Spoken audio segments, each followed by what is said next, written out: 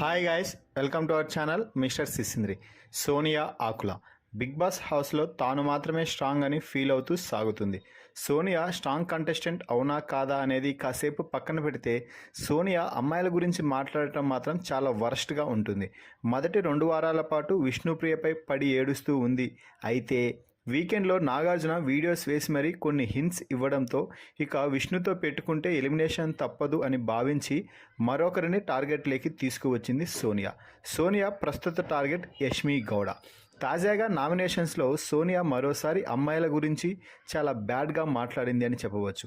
నీ డ్రెస్సింగ్ బాగాలేదు, అలా వేసుకుంటారా అంటూ యష్మిపై రెచ్చిపోవడంతో కాసేపు వాదించిన యష్మి ఆ తర్వాత ఫుల్ ఎమోషనల్ అయ్యి కన్నీళ్లు పెట్టుకుంది. ఒక రకంగా విష్ణుప్రియ చాలా స్ట్రాంగ్ అని చెప్పవచ్చు. ఎందుకంటే సోనియా తన ఫ్యామిలీ గురించి మాట్లాడి ఎమోషన్తో కొట్టింది, డ్రెస్సింగ్ గురించి మాట్లాడింది, ఇంకా చెప్పలేని విధంగా చాలా మాట్లాడింది విష్ణుప్రియపై. కానీ విష్ణుప్రియ ఏ రోజు కూడా కంటతడి పెట్టకుండా ఉంటూ చాలా స్ట్రాంగ్గా నిలబడింది. కానీ యష్మి మాత్రం సోనియాతో వాదించలేక దెబ్బకి కన్నీళ్లు పెట్టుకుంది.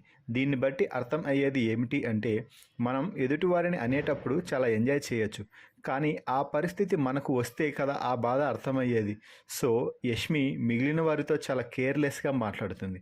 అదే ఈరోజు నామినేషన్స్లో వచ్చింది, యష్మి తీసుకోలేకపోయింది. మొత్తంగా మళ్ళీ యష్మి డ్రెస్సింగ్పై హాట్ కామెంట్ సోనియా చేయడంపై మీ అభిప్రాయాన్ని కామెంట్స్ రూపంలో తెలపండి. అలాగే మన ఛానల్ని సబ్స్క్రైబ్ చేయండి.